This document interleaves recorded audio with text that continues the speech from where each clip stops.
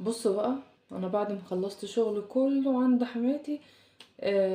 طبعا اللي مش عارف اول مره يدخل القناه ان انا في بيت عيله، مش قاعده في شقتي، يعني احنا بيت عيله وبروح عند حماتي وباجي اعمل حاجات بسيطه في شقتي كده. لكن انا قصرت شويه في المطبخ بتاعي، شويتين تلاتة بس، لظروف ما يعني. فانا جيت هروق المطبخ، بس مش ترويق عميق، يعني مش هطلع اللي جوه المطبخ وامسح وكده، لا. الرخامه، الحوض، البوتاجاز كده. بس عايزة اقول لكم على حاجة.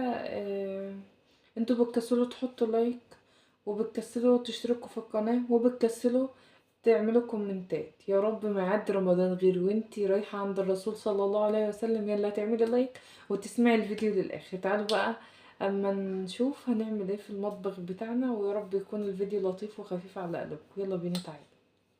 بصوا بقى يا جماعة، للناس اللي هي دايما بتنتقد بيت العيلة وبتنتقد اللي بيشتغل في بيت العيلة، او مثلا الكومنتات اللي بتجيلي انت هلكة صحتك ومأهملة شقتك ومأهملة في عيالك في بيت العيلة، انت ايه عرفك ان انا مأهملة في ولادي او في شقتي او كده؟ عايزة اقولك ان انا ما بعملش اي حاجة زيادة. انا لو هعمل شوية رز، طبق رز في حلة صغيرة في شقتي، هعملهم طبقين في شقة حماتي. لو هعمل فرخة في شقتي هعملهم فرختين عند حماتي. لو هعمل حلة خضار صغيرة كده هعملها كبيرة شوية عند حماتي. فهي الطبخة يا جماعة، هي الطبخة. اللي بيعمل واحد بيعمل الاتنين، بيعمل خمسة، بيعمل 10. فاهمين ازاي؟ ان انتي ما بتعمليش حاجة زيادة. يمكن في شوية تحكمات ما بتبقاش بإيدك، يعني حاجات عايزة اقولك ان احنا مفكرينها حاجة حلوة، بس هي لو جينا نفكر هنلاقي يعني اللي احنا بنعمله في بيت العيلة هو الصح. زي ايه انا ده؟ زي مثلا ان احنا ممكن في بيت العيلة ما تعرفيش تنامي براحتك قوي، او لو راحت عليكي نومة. مع العلم عايزة اقول حاجة، انا بروح براحتي في بيت العيلة. ممكن اروح 8، ممكن اروح 9، ممكن اروح 10. حماتي عمرها ما قالت لي انت اتأخرتي في النوم كده ليه، والله بقالي اكتر من 9 سنين الحمد لله. ما قالتليش مرة انتي نايمة او ما قمتيش او انتي ما جيتيش خالص، مفيش الكلام ده. يعني بيت العيلة مش خانقة، بس هو انتي من نفسك اللي هو طب هتروحي امتى، هتروقي امتى مثلا، هتعملي اكل امتى. فانتي بتضطري تقومي بدري، وبعدين الصحيان بدري ده رزق وبركة. النوم المتأخر ده والله العظيم بيجيب الفقر للبيت. بصوا بقى، اليومين دول اصلا احنا بنقوم من الساعة 6 للمدارس. فانا بودي العيال المدارس، ولو نايمة بدري وفايقة والدنيا تمام وابني صحى، انا بروح على حماتي على طول. لو ابني نايم او انا تعبانة شوية او النوم يعني كابس عليا، بنام شوية وبعدين بصحى اروح مثلا على 9 كده يعني. المهم، الشغل ما بيتعبش ولا بيأثر عليكي ولا بيأثر على الصحة. انتي ما بتشتغلي رايح جاي او بتعملي مجهود او كده، انتي اصلا صحتك بتبقى كويسة. وغير كده ان ربنا بيباركلك في صحتك وفي عيالك وفي كل حاجة. بس تعملي كل حاجة، مش مثلا انا عملت لهم يا رب يطمر فيهم، انا خليك كده يا رب بس يحفظوا الجميع، لا. ده انتي بتعملي لله. اهم حاجة النية ان انتي تعملي لله. ان نويتي ان انتي تعملي لله، اقسم بالله لو بتغسلي معلقة تاخدي عليها اجر من عند ربنا، ان انتي بتساعدي مثلا ست كبيرة او بتساعدي حد. انتي لو جارتك كبيرة في السن وما عندهاش حد يعمل لها هتروحي تساعديها. وده بيحصل ساعات بس مع ولاد الحلال، الا يعني قلة قليلة يقولك ليه ومش ليه، يعني الكلام للناس الطيبة اللي زينا كده. كل حاجة بتعمليها وبتنويها انها لله، حتى لو بتعملي كوباية شاي لجوزك، حتى لو بتعملي طلب لابنك، بس اهم حاجة ان انتي تنوي النية لله. ربنا بيأجرك عليها وبيباركلك في صحتك وولادك وعيالك. تمام. سيبنا بقى من كل ده. الشغل ما بيتعبش، اللي بيتعب حاجة واحدة بس. حاجة واحدة كفيلة ان هي ترقدك اسبوع، ما انتش ملكيش نفس تعملي حاجة، مش قادرة تعملي حاجة. الكلمة السيئة، الكلمة الوحشة بتأثر على صاحبها بطريقة ما تتخيلوهاش. انا بصوا، عايزة اقولكوا على حاجة، هحكيلكوا انا على شخصيتي. انا شخصية مرحة، ضحوكة، اجتماعية. الناس اللي عارفيني شخصيا او اللي حواليا او قرايبنا عارفين الكلام ده. الكلام باخده بهزار، يعني عندي سعة رحب كبيرة جدا. هزري واضحكي معايا بأي حاجة هتلاقيني بضحك ومندمجة معاكي، وما بقفش ولا باخد الكلام على صدري ابدا. وممكن ساعات في ناس بترمي كلمة كده وبتكون جد، انا باخدها على هزار عشان خاطر ايه؟ يعني الطيب احسن، فاهمين؟ والله العظيم ما بشكر في نفسي او بقول حاجة مش فيا. بس انا لو جيت في مرة وزعلت، انا فعلا نفسيتي بتتعب، مزاجي بيتعكر، فاقدة الشغف من كل حاجة. لاني يعني بصوا كده، اللي زيي هيكون عارف، اللي زي اللي بياخد كل حاجة بسعة رحب واجتماعي وضحكي وبياخد كل حاجة هزار، هيبقى عارف لو زعلنا بنزعل جامد. يعني ما بصوا بقى النفسية بتتدمر. فانا كلمة واحدة ممكن تخليني افقد الشغف ان انا اعمل حاجة، ممكن تخليني تعبانة مرهقة معنديش نفسي لاي حاجة، مش عايزة ارد على حد ولا اكلم حد ولا اطلع برا، ولا بصوا ما كنش طايقة كلمة من ولادي نفسهم. اللي هو بعمل لهم الاكل اهو يلا كلوا، واقعد في جنب لوحدي. عايزين طلب ضروري انا بعمله اهو بس بالعافية بالعافية. الكلمة اللي بتزعل هي اللي بتتعب نفسيا، بتتعبي نفسيا جسديا معنويا كل حاجة.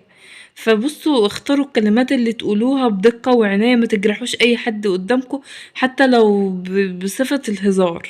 لان كلمة واحدة كفيلة تخلي واحد يكره حياته ويكتئب، نفسيته تتعب. التنمر ادى للانتحار. فانتوا اختاروا الكلمات اللي بتقولوها بعناية، وما تكتبي كومنت اكتبيه بأدب او باحترام، او كومنت ايجابي، بلاش كومنتات سلبية.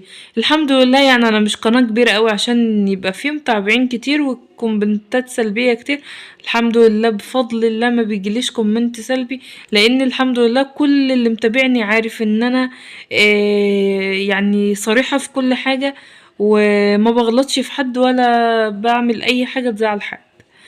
الكومنتات سلبية بتيجي ساعات اللي انتي شغالة خدامة ببيت العيلة، انتي هلكة صحتك، وخصوصا بقى لو غسلت سجاد غسلت بطاطين لحماتي، بتلاقي الكومنتات يعني بتحبطك مش بتشجعك.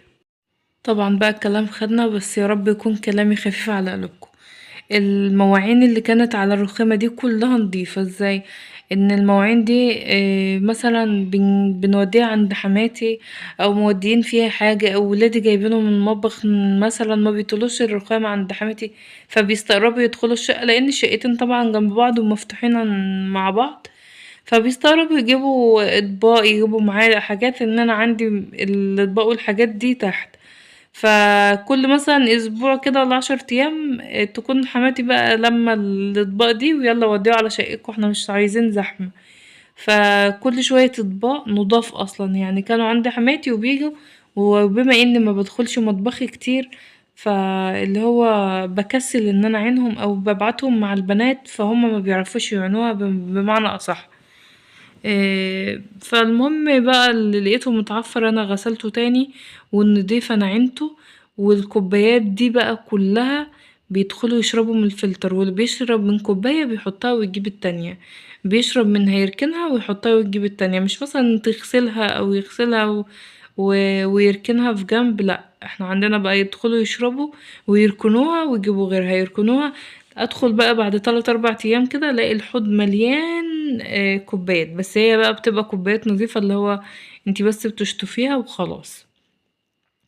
والمواعين دي طبعا الحلة كنت عاملة فيها فشار، وكنت عاملة في الطاسة بيض، يعني ان انا مش بطبخ في شقتي، فاهمين؟ المواعين دي اطباق حاطين فيها فشار، اطباق حاطين فيها مثلا اكل خفيف، فطار، عشاء. ده بعد مرة طبعا فطرنا عشانا كله عند حماتي، لان هي اصلا ما فيش حد معاها، فاحنا مش هنسيبها مثلا نقعد نفطر في الشقة ونتعشى في الشقة ونسيبها تقعد تفطر لوحدها او تتعشى لوحدها، وهكذا. فالمهم بقى انا حاولت ان انا الم الدنيا دي، واستغليت ان احنا ما كانش عندنا شغل كتير، كنا شاويين سمك وكنا عاملين رز وسلطة والمواعين اتغسلت والدنيا اتروقت، فما كانش فيه شغل كتير، فقلت بقى استغل الفرصة دي. طبعا انا روقت الشقة من يومين، روقتها ترويقة عميقة يعني، طلعت كل حاجة برا. وبعد كده فرشت الفرشة الشتوية، ما كنتش فرشت الشقة. مسكت الشقة بقى، غيرت فرش السراير، الحفاظات، الكلام ده كله، فتحت الشبابيك مسحتها. وبعد كده بقى كنت غاسلة انا معاكم السجاد من قيمة شهر كده، فرشت الشقة بقى كلها سجاد، وغيرت فرش السرير زي ما قلتلكوا، وكان باقيلي المطبخ والحمام. وبإذن الله بقى الحمام هو اللي باقي في الشقة، باخدها مراحل. خليكي منظمة في وقتك، وخليكي مثلا الكلام ده للي في بيت عيلة، يعني اللي هو قاعد في شقته كده كده بإيده فيها على طول ما وراهوش غير.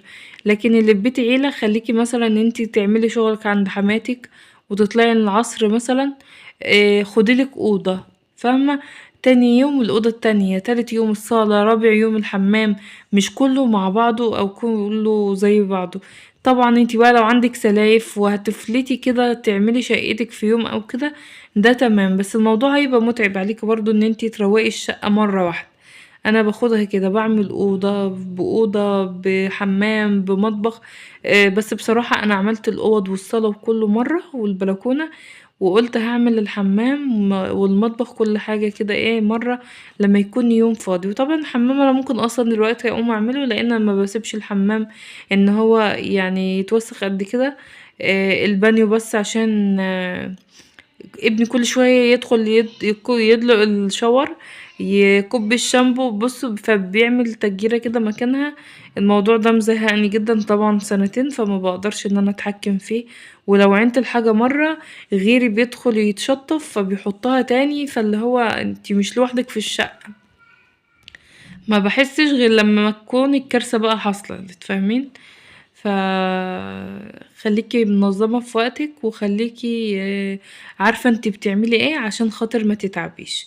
طبعا الرخام والحاجات دي بقى بالكلور والبريل او اي صابون سائل بيلمعلك الرخامة، بيلمعلك الحوض والحنفية، وبس مش كتير عشان الحاجات ما تصديش وتبوظ. فكده بقى انا كنت خلصت المطبخ بتاعي. ولما اجي اعمل الحمام انا هسيقه مع الحمام، كنسته وظبطته، بس حابة ان انا اسيقه واطلع المية بقى بالمساحة على الحمام واغسل الحمام مرة واحدة والطرقة والحوض والكلام ده يعني. فعشان منظمة افكاري في دماغي ان انا هعمل 1 2 3 4، ما بتعبش، فاهمين؟ احسن حاجة بتقضي بيها يومك ان انت تنظمي وقتك. وانا كنت متكلمة في نقطة كده في فيديو، والفيديو ما شاء الله واخد لايكات كتير وتعليقات جميلة كتير، وبإذن الله ابقى انزل لكم حاجات زي دي كتير، يعني مش فيديو خلاص، لا هو عن تجربة وخبرة. يعني الجواز اكتر من 9 سنين، فاللي هو كل مرة الواحد بيتعلم حاجة وبيستفيد من حاجة، والحياة تجارب، يعني احنا عايشين عشان نتعلم ونعلم، فاهمين؟ مش كل الناس يعني كاملة متكاملة، لا، الواحد لازم يقع في دروبات، ولازم يقع في حاجة عشان خاطر يتعلم منها. لو ما حصلش كده احنا عمرنا ما هنتعلم. عشان كده سبحان الله، يعني خلق الإنسان في كبد يعني. طبعا بقى كده خلاص خلصت الحوض والدنيا تمام. بصوا بقى يا جماعة، الحوض أخيرا وصل للمرحلة دي، شايفين؟ طبعا في شوية معلق وحاجات كده لسه هشيلها. البوتاجاز اهوت نضيف، وادي الرخامة اللي كنت بصي متضايقة منها جدا، كان عليها حاجات ما تتوصفش، بس الحمد لله خلصت. المطبخ ده او الترويقة دي ممكن تقعد بقى اسبوع، فاهمين؟ لان مش بطبخ في مطبخي. الكوبايات بقى الكتير هي بتاعة المية وكده، لكن الدنيا تمام. متنسوش تحطوا لايك وتشتركوا في القناة وتفعلوا الجرس وتكتبوا كومنت حلو. مع السلامة.